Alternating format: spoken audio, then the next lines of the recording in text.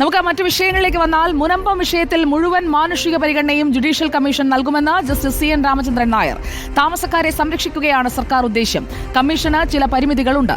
കോടതി ഉത്തരവുകൾ മറികടക്കാൻ കമ്മീഷന് അധികാരമില്ല. ഉത്തരവുകൾ മറികടക്കാൻ എന്ത് നടപടി സ്വീകരിക്കണമെന്ന് സർക്കാരിനോട് ശുപാർശ ചെയ്യാനാകുമെന്നും ജസ്റ്റിസ് CN രാമചന്ദ്രൻ നായർ പറഞ്ഞു. മുനമ്പത്ത് ജുഡീഷ്യൽ കമ്മീഷനെ പ്രഖ്യാപിച്ച് ഒരാഴ്ച എത്തുമ്പോഴാണ് ഇത് സംബന്ധിച്ച വിജ്ഞാപനവും ടേംസ് ഓഫ് റഫറൻസും വന്നിരിക്കുന്നത്. Judicial commission justice CN Ramachandran Nair നമുക്കൊപ്പം ചേരുന്നു.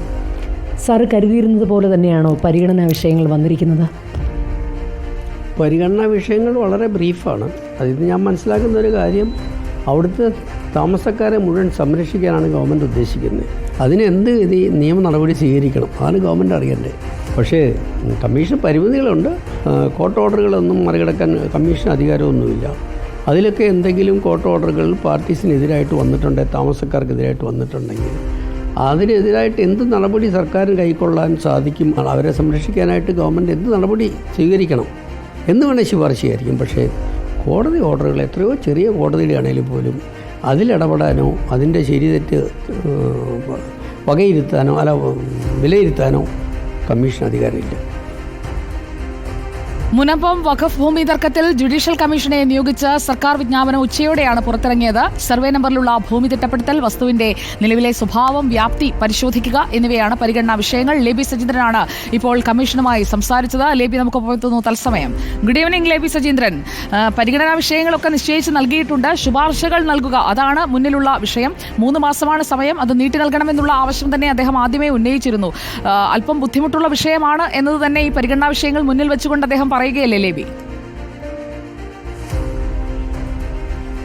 സുജയ, തീർച്ചയായും ജസ്റ്റിസ് CN രാമചന്ദ്രൻ നായരെ സംബന്ധിച്ചിടത്തോളം ഇതുവരെ ഏത് സർക്കാരിൻ്റെ കാലത്ത്, അത് ഇടത് സർക്കാരിൻ്റെ കാലത്തും ഒപ്പം തന്നെ UDF സർക്കാരിൻ്റെ കാലത്തുമായി ഏതാണ്ട് 1/2 ഡസനോളം കമ്മീഷനായി പ്രവർത്തിച്ച ആളാണ്, റിപ്പോർട്ട് സമർപ്പിച്ച ആളാണ്. ഇപ്പോഴും അദ്ദേഹം മുന്നോക്ക കമ്മീഷൻ ആയി പ്രവർത്തിക്കുന്നുമുണ്ട്. എങ്കിലും അദ്ദേഹം ഈ ഒരു വിഷയത്തിലേക്ക് വരുമ്പോൾ ഇതിൻ്റെ സങ്കീർണത കണക്കിലെടുത്തുകൊണ്ടാണ് കുറച്ചുകൂടി സമയം വേണ്ടി വരുമെന്നുള്ള കാര്യം ആദ്യമേ പറഞ്ഞത്. ഇന്ന് ടേംസ് ഓഫ് റെഫറൻസ് വന്നതിന് ശേഷമുള്ള അദ്ദേഹത്തിൻ്റെ പ്രതികരണവും ആ രീതിയിൽ തന്നെയായിരുന്നു. കാരണം ഇത് ഈ 609 കുടുംബങ്ങളുടെയും ആധാരം ഒന്നൊന്നായി പരിശോധിക്കേണ്ടതുണ്ട്. അതുമാത്രമല്ല, അതിൽ കുറേ നിയമപ്രശ്നങ്ങളുണ്ട്, കോടതി ഉത്തരവുകളുണ്ട്. കോടതി ഉത്തരവുകളൊന്നും തന്നെ മറികടക്കാനുള്ള അധികാരം ജുഡീഷ്യൽ കമ്മീഷനില്ല. എന്നാൽ അത് മറികടക്കാൻ എന്ത് നിയമോപദേശം നൽകണം സർക്കാരിന് എന്നുള്ള കാര്യം കമ്മീഷൻ തീരുമാനിക്കാം. അത്തരത്തിൽ ആ നൂലാമാലകളൊക്കെ മറികടന്ന് അവിടുത്തെ താമസക്കാരുടെ അവകാശങ്ങൾ സംരക്ഷിക്കുക എന്നുള്ളൊരു ഭാരിച്ച ഉത്തരവാദിത്വമാണ് ഇപ്പോൾ ജുഡീഷ്യൽ കമ്മീഷന് മേൽ വന്നിരിക്കുന്നത്. ഇന്ന് ഉച്ചയോടുകൂടിയാണ് ടേംസ് ഓഫ് റെഫറൻസും ഒപ്പം വിജ്ഞാപനവും ഒരുമിച്ച് പുറത്തിറങ്ങിയത്. വിജ്ഞാപനത്തിനൊപ്പം തന്നെയായിരുന്നു അതിൻ്റെ 2ാം പേജിലായി ടേംസ് ഓഫ് റെഫറൻസും വന്നിരുന്നത്. ഈ ടേംസ് ഓഫ് റെഫറൻസ് കണ്ടതിന് ശേഷമായിരുന്നു ജസ്റ്റിസ് CN രാമചന്ദ്രൻ നായരുടെ പ്രതികരണം.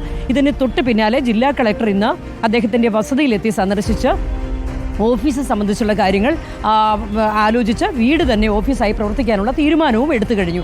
ഇതിൽ ബാക്കിയുള്ളവരുടെ സിറ്റിംഗ് നടക്കുന്ന, അതായത് മുനമ്പം നിവാസികൾ വന്ന് അവർ കൂടിക്കാഴ്ച നടക്കുന്ന സമയം സിറ്റിങ്ങിനായി വിശാലമായ ഒരു സൗകര്യം വേണ്ടതുകൊണ്ട് അതിനു മാത്രം സിവിൽ സ്റ്റേഷൻ്റെ conference room, collectorate conference room ഉപയോഗിക്കും. ബാക്കിയെല്ലാം വീട് ഓഫീസായി തന്നെ പ്രവർത്തിക്കുകയും ചെയ്യും. ഏതായാലും ഇന്ന് ഉച്ചയോടുകൂടി തന്നെ ഓഫീസിൻ്റെ പ്രവർത്തനം ആരംഭിച്ചു എന്ന് പറയാം. അദ്ദേഹം പറഞ്ഞിട്ടുള്ള മറ്റൊരു പ്രധാനപ്പെട്ട കാര്യം ഇതാണ് സുജയ, അതായത് ഈ 609 കുടുംബങ്ങളും ഒറ്റയ്ക്കായി വരുന്നതിന് പകരം ഗ്രൂപ്പായി വന്ന വിവരങ്ങൾ നൽകിയിട്ടുണ്ടെങ്കിൽ ഏറ്റവും പെട്ടെന്ന് ഇത് പൂർത്തീകരിക്കാം. അല്ലെങ്കിൽ ഇത് കുറച്ചുകൂടി കാലതാമസം വേണ്ടിവരും എന്നുള്ളൊരു ആശങ്ക ഉണ്ട്. ഏതായാലും അത്തരത്തിൽ മുനമ്പം നിവാസികളുടെ ഭാഗത്തുനിന്ന് സഹകരണം ഉണ്ടായാൽ 3 മാസത്തിനുള്ളിൽ തന്നെ റിപ്പോർട്ട് സമർപ്പിക്കാനുമാകുമെന്ന് അദ്ദേഹം പറയുന്നു. Sujaya. Okay, thank you. Leby സജീന്ദ്രനാണ് ക്യൂക്ക് അപ്ഡേറ്റുമായി നമുക്കൊപ്പം ചേർന്നത്.